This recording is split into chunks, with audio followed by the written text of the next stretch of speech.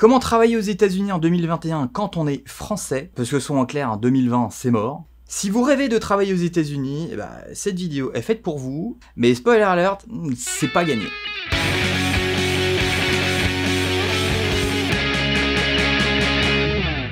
Warketeux, warketeuses, bonjour, bienvenue sur cette chaîne où on parle de marketing mais aussi des États-Unis. Je suis Olivier, entrepreneur à Los Angeles, et aujourd'hui on va parler de comment venir travailler aux États-Unis et en toute légalité, et ça je tiens à le rappeler et à insister dessus, en toute légalité en 2021, parce que clairement en 2020 ça va pas le faire, c'est mort.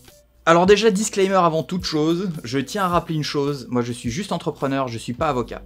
Encore moins avocat en immigration. Donc, tous ces conseils, c'est soit de l'expérience personnelle, soit de l'expérience professionnelle. Cette vidéo est vraiment à titre d'information. Évidemment, faites-vous accompagner par un avocat en immigration, lui ou elle, pourra vous dire jusque dans les détails ce que vous devez et ce que vous pouvez faire, ce qui est open, ce qui n'est pas open. Bref, faites-vous accompagner, cette vidéo c'est juste à titre d'info. Comme ça c'est fait. Comme ça c'est fait. Class action, control-live, c'est mort. C'est good.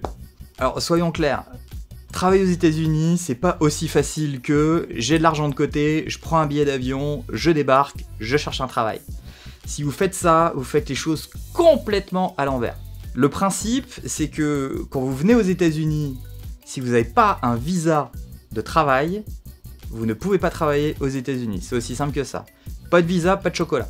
Quand vous venez aux États-Unis sans visa de travail, vous venez avec un ESTA qui vous permet de rester sur le territoire américain 3 mois maximum.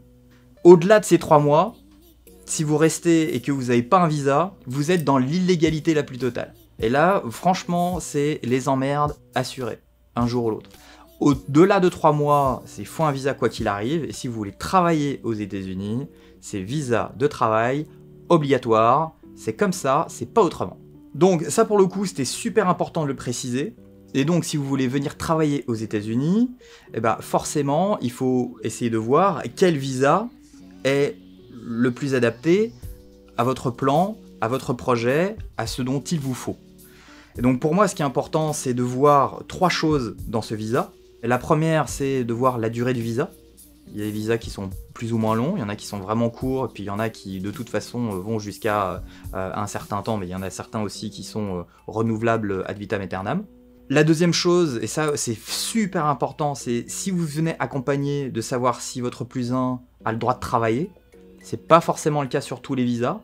La plupart du temps, évidemment, les +1 peuvent venir, mais ne peuvent pas forcément travailler, donc ça pour le coup c'est quand même super important de savoir si c'est possible ou pas.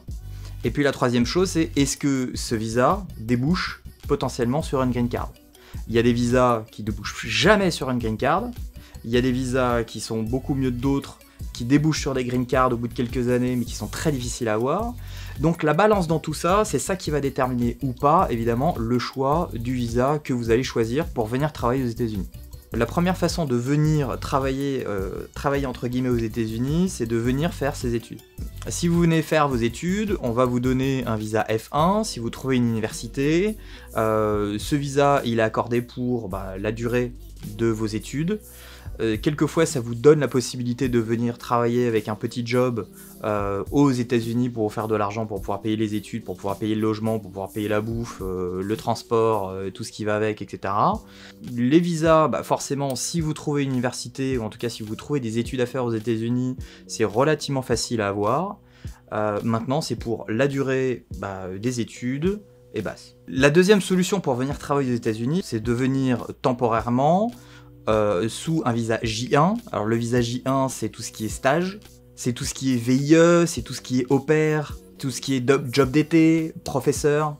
Le visa J1 ça inclut quand même pas mal de choses qui permet au J2, donc qui permet à votre +1 d'avoir un J2 et aussi la plupart du temps de pouvoir travailler aux États-Unis. En revanche c'est pas un visa qui vous permet ensuite d'avoir une green card. C'est vraiment visa temporaire qui est accordé pour, je crois, ça doit être 1 an ou 1 an et demi, un truc dans le genre, en tout cas 1 an, ça c'est sûr. Et donc le J2, donc votre +1 a la possibilité aussi de venir et d'avoir un permis de travail, ce qui est quand même pas négligeable. Maintenant, pas de green card à l'arrivée. Ensuite, la meilleure façon, et là pour le coup c'est là où les choses commencent à se corser et qui est aussi qu'elles commencent à devenir vraiment intéressantes, c'est se faire embaucher par une entreprise américaine en tant qu'étranger. Alors là pour le coup, en règle générale ça s'appelle un H1B. Le visa H1B qui est vraiment préféré par les boîtes de tech, par les boîtes qui sont très dans aller chercher les talents en dehors des États-Unis. Et donc pour avoir un H1B, il faut avoir des compétences particulières pour pouvoir postuler. Le problème, c'est que le H1B est très compliqué à avoir. Il faut déposer un dossier. On en tire au hasard, je crois, 65 000 par an, et avec 20 000 supplémentaires pour les gens qui ont fait spécifiquement des études aux États-Unis, qui peuvent aussi postuler à ce H1B dans ces 20 000. Donc forcément, avoir fait ses études aux États-Unis, ça peut aider en supplément, mais bon, 20 000, c'est quand même pas beaucoup par rapport au nombre d'étudiants étrangers qui font leurs études aux États-Unis. Bref, le H1B, c'est une loterie en gros, sachant qu'il faut déposer le dossier en début d'année. La loterie, elle se fait plutôt à la rentrée, donc vers la fin d'année. Et puis c'est surtout que le H1B, lui, non seulement donne la possibilité à votre plus-un de travailler, mais en plus, il découle directement vers une green card. Et c'est le visa idéal pour les gens qui veulent travailler et rester aux États-Unis. Il y a une autre possibilité aussi, c'est si vous travaillez dans une grosse entreprise qui est une multinationale, si votre entreprise a une branche aux États-Unis, vous pouvez vous faire transférer. Ça s'appelle de la mobilité interne dans votre entreprise. Tout le monde ne le fait pas, c'est clair, mais si vous avez la possibilité de le faire, ça vaut le coup de se renseigner, clairement. Ça mange pas de pain, ça fait de mal à personne. Le seul problème, c'est qu'il faut avoir travaillé un minimum de 1 an dans cette entreprise pour pouvoir potentiellement se faire transférer aux États-Unis sous un visa qu'on appelle L1. L'avantage du L1, c'est que le L2, le visa de votre plus-un, permet d'avoir un permis de travail pour votre accompagnant, et que le L1 peut aussi découler sur une green card. Donc sur l'échelle des visas qui sont vraiment cool, le L1, moi je mettrais ça juste après le H1B, et d'ailleurs c'est le visa qui m'a permis de venir travailler aux États-Unis, mais c'est vrai que le L1, c'est quand même vachement bien. Si ça fait plus d'1 an que vous travaillez pour une boîte qui a une branche aux États-Unis, elle peut vous transférer là-bas.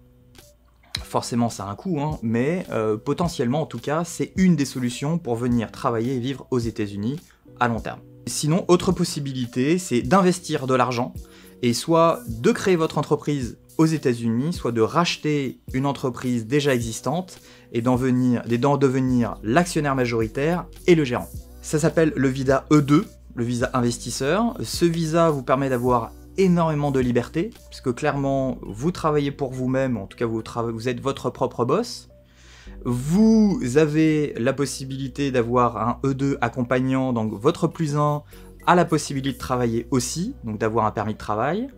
En revanche, c'est un visa qui, malgré tout, peut être renouvelé tous les 25 mois, mais ne mènera jamais à une green card. En tout cas, pour l'instant. Apparemment, ça a l'air d'être en négociation avec le gouvernement américain pour faire en sorte que les E2 puissent potentiellement se faire convertir dans les prochaines années, mais au jour d'aujourd'hui, ce qui ne se dit pas, mais je le dirai quand même, au jour d'aujourd'hui, les E2 ne mènent pas vers une green card. En revanche, tant que votre business tourne et que vous embauchez des Américains, tous les 25 mois, ça peut se faire renouveler, et donc si vous avez un business qui tourne, le renouvellement, normalement, il n'y a pas de problème. Si le business y tourne moins, là, pour le coup, ça peut se poser souci. En revanche, quand on est un investisseur français sous E2, on a aussi la possibilité d'engager des Français et de leur faire un E2 employé.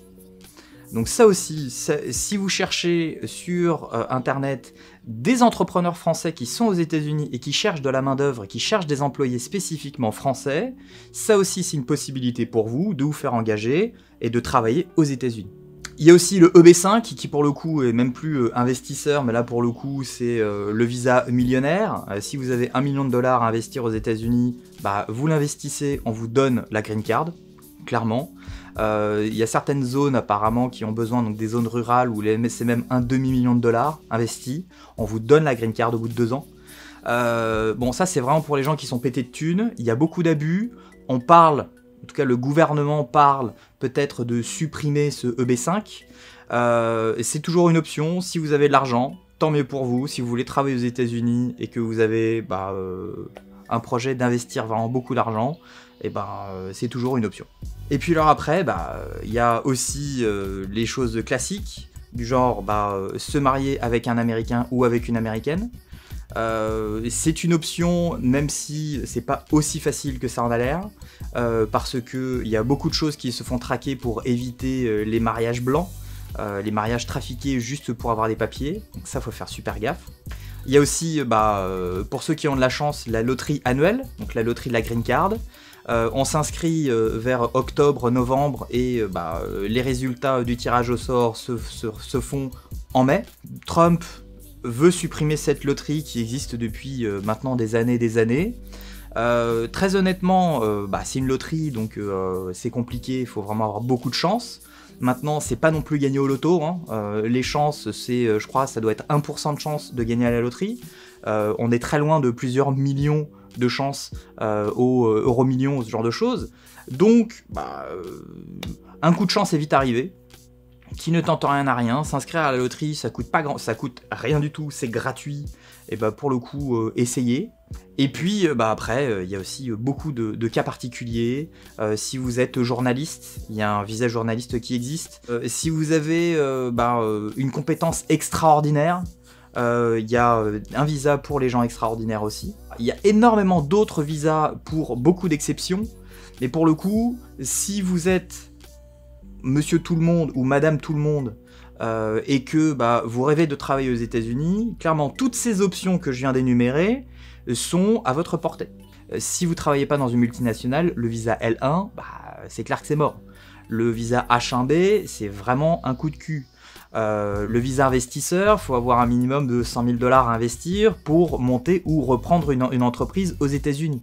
Donc tout ça ne sont pas forcément des choses qui sont accessibles. En revanche, si vous êtes motivé et que vous voulez déjà tâter le terrain un petit peu, venir faire un stage, venir faire des études pendant juste un trimestre, ça, ce sont des choses qui clairement sont super accessibles pour quasiment tout le monde et en plus sont relativement faciles à avoir en termes de visa et qui sont une super opportunité pour vous de venir aux États-Unis travailler et puis de voir un petit peu si ça vous plaît ou pas. Je sais qu'à titre personnel, moi, j'ai jamais fait d'études aux États-Unis. Je suis venu en L1, transféré directement par mon entreprise il y a 6 ans maintenant. Ma femme, qui est française, il y a 10 ans, elle avait fait 1 an au pair à Chicago, elle avait kiffé. Donc voilà, ça, ce sont des choses qui, clairement, il y a beaucoup d'organismes qui peuvent vous aider à venir temporairement pendant 1 an aux États-Unis avec un visa J1, peut-être venir aux études avec un visa F1 pour peut-être un trimestre, peut-être 6 mois, peut-être 1 an. Voilà, ça, c'est des choses qui sont vraiment accessibles à beaucoup. Et puis qui sait, peut-être que ça pourra vous ouvrir d'autres portes pour accéder à d'autres visas et puis faire votre vie aux États-Unis, en tout cas faire un petit bout de chemin de votre carrière sur le sol américain. Voilà ce que je pouvais vous dire aujourd'hui sur comment travailler aux États-Unis en 2021, parce qu'en 2020, c'est clair que c'est mort, hein. Je sais pas si vous avez vu, j'ai déjà fait une vidéo là-dessus, mais la plupart des visas de travail pour les étrangers, malheureusement, ont été annulés par l'administration Trump jusqu'à la fin de l'année 2020. Donc là, on parle même pas de 2020 du tout pour la plupart, mais plutôt de 2021. Mais en tout cas, merci d'avoir regardé cette vidéo, j'espère que ça vous a été utile. N'hésitez pas à mettre toutes les questions que vous avez dans les commentaires. En attendant, un petit pouce bleu, ça fait plaisir. Abonnez-vous, ça fait toujours encore plus plaisir. Et puis moi, je vous dis à la prochaine dans une prochaine vidéo.